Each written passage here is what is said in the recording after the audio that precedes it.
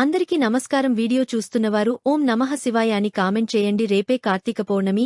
ఈ కార్తీక పౌర్ణమి సామాన్యమైనది కాదు, మహాశక్తివంతమైనది, శివకేశవులిద్దరికీ కూడా ప్రీతిపాత్రమైనది.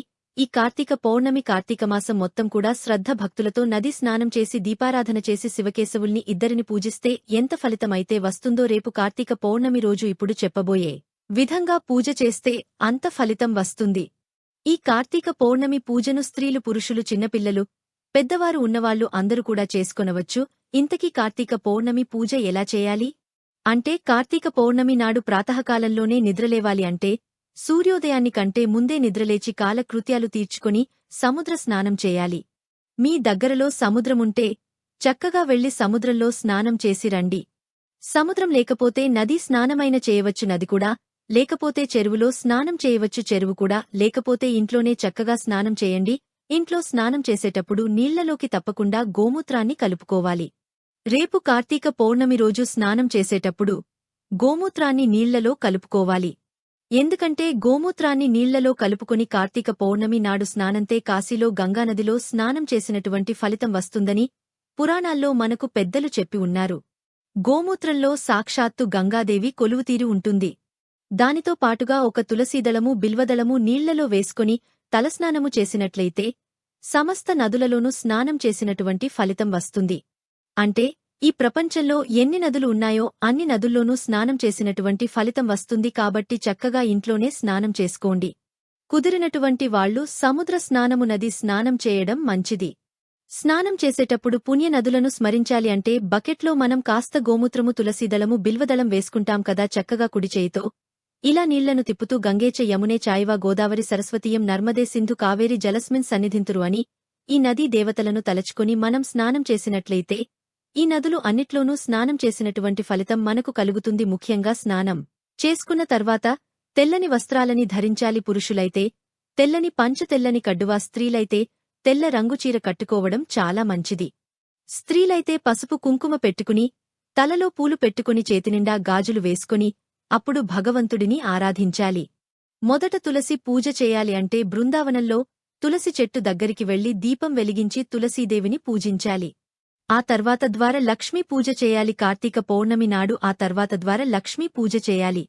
గడపన శుభ్రం చేసుకుని మంచినీటితో ముగ్గు పెట్టి ఆ గడపకు పసుపు కుంకుమ బొట్లు పెట్టి పూలు సమర్పించి గడప దగ్గర 2 దీపాలను వెలిగించి ఆ ద్వార లక్ష్మీదేవికి నమస్కారం చేసుకుని ఆ తర్వాత పూజామందిరంలోకి వెళ్లి ఒక దర్భాసనం మీదగాని పీటమీదగాని కనీసం ఒక చాపమీద కూర్చుని శివకేశవుల్ని ఆరాధించాలి. ముందుగా పూజగదిలో ఉన్నటువంటి నిర్మాణ్యాన్ని తీసేసేయండి. అంటే ముందు రోజు పెట్టినటువంటి పూలు, ఆ పత్రి అవన్నీ కూడా ఒక కవర్లోకి తీసుకుని ఆ తర్వాత పూజగది అంతా కూడా చక్కగా తుడుచుకొని ముగ్గు పెట్టి దేవత చిత్రపటాలని పూలతో అలంకారం చేసుకుని ఆ తర్వాత దేవుడు ముందర చక్కగా దీపారాధన చేయాలి. దీపంలోకి ఆవుని కావచ్చు, నువ్వుల నూనె కావచ్చు వేసుకొని 3 వత్తులు వేసుకొని చక్కగా దీపాన్ని వెలిగించి దీపానికి గంధ కుంకుమక్షతల్ని పూలను సమర్పించాలి.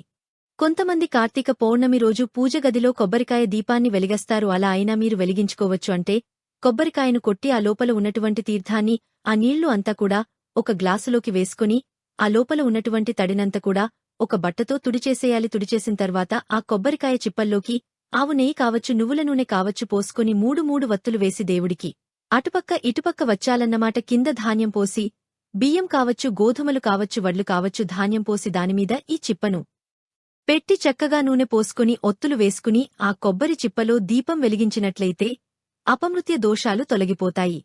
అకాల మృత్యు దోషాలు తొలగిపోయి సంపూర్ణ శివానుగ్రహం కలుగుతుంది అని మనకు పెద్దలు చెప్పి ఉన్నారు. మరి కొంతమంది ఉసిరికాయ దీపాలని వెలిగస్తారు. కార్తీక పౌర్ణమి రోజు ఉసిరికాయ దీపాన్ని కూడా వెలిగించుకోవచ్చు, తప్పులేదు. ఉసిరికాయ దీపం ఎలా వెలిగించుకోవాలో నిన్న వీడియోలో నేను చెప్పాను కదా. ఉసిరికాయని కోసేసి కాస్త గుంతగా చేసి దాంట్లో నెయ్యి పోసుకుని 2 వత్తులు వేసుకుని చక్కగా ఒక ప్లేట్లోగాని తమలపాకు మీదగాని ఓసిరికాయలు పెట్టి దీపాలు వెలిగించి భగవంతుడికి హారతి చేస్తారన్నమాట. శివకేశవులకు ఆ తర్వాత దేవుడికి పూలు పెట్టి ధూపం అంటే అగరబత్తులు వెలిగించుకుని పూజ చేసి ఆ తర్వాత నైవేద్యం ఏం పెట్టాలి అంటే చక్కరి పొంగలి, పులిహోర, ధ్యోజనం ఈ 3 నైవేద్యాల్ని కార్తీక పౌర్ణమి నాడు భగవంతుడికి సమర్పించి వాటినే ప్రసాదంగా స్వీకరించాలి. ఆ తర్వాత శివకేశవుల అష్టోత్తర శతనామావళి స్తోత్రాన్ని చదువుకోవాలి. అంటే విష్ణు అష్టోత్తర శతనామావళి స్తోత్రము, శివాష్టోత్తర శతనామావళి స్తోత్రము, అదే విధంగా గోవింద నామాలు, బిల్వాష్టకము ఇవన్నీ కూడా చదువుకుని భగవంతుడికి నమస్కారం చేసుకుని కార్తీక పౌర్ణమి నాడు ఉపవాసం చేసినట్లయితే ఈ కార్తీకమాసం మొత్తం ఉపవాసం చేసినటువంటి ఫలితం కలుగుతుంది. శివకేశవుల పరిపూర్ణమైన అనుగ్రహం కలుగుతుంది. అంటే బీపీలు, షుగర్లు, అనారోగ్య సమస్య ఉన్నటువంటి వాళ్లు ఉపవాసం చేయవలసినటువంటి అవసరం లేదు. వాళ్లకు మినహాయింపు ఇచ్చారు. 12 సంవత్సరాలలో బడినటువంటి పిల్లలు ఉపవాసం చేయకూడదు.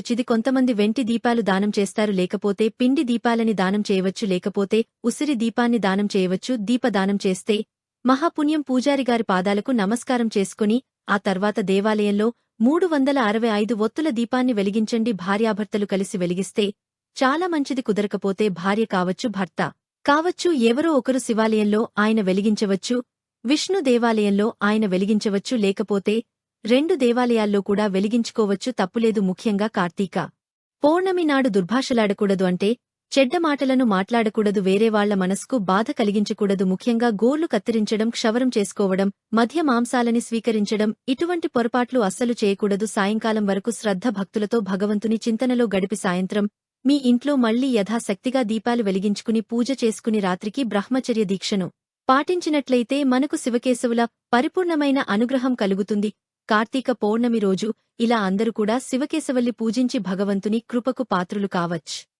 కార్తీక పౌర్ణమి నాడు దీపదానం చేసిన, వస్త్రదానం చేసిన, స్వయంపాకం దానం చేసిన, పాదరక్షలు దానం చేసిన, ఛత్రం దానం చేసిన, గోదానం చేసిన, బహుదానం చేసిన, సువర్ణ దానం చేసిన, ఏ దానం చేసినా కూడా 1,000,000 రెట్లు ఫలితం కలుగుతుంది అని ఉన్నారు. కాబట్టి కార్తీక పౌర్ణమి రోజు మీ శక్తి కొద్ది దానం చేయండి, భగవంతుని పూజించండి, శివకేశవుల అనుగ్రహాన్ని పొందండి. ఈ వీడియో మీకు నచ్చితే ఒక లైక్ చేయండి. అలాగే మీ ఫ్రెండ్స్ అండ్ ఫ్యామిలీ మెంబర్స్కి షేర్ చేయండి.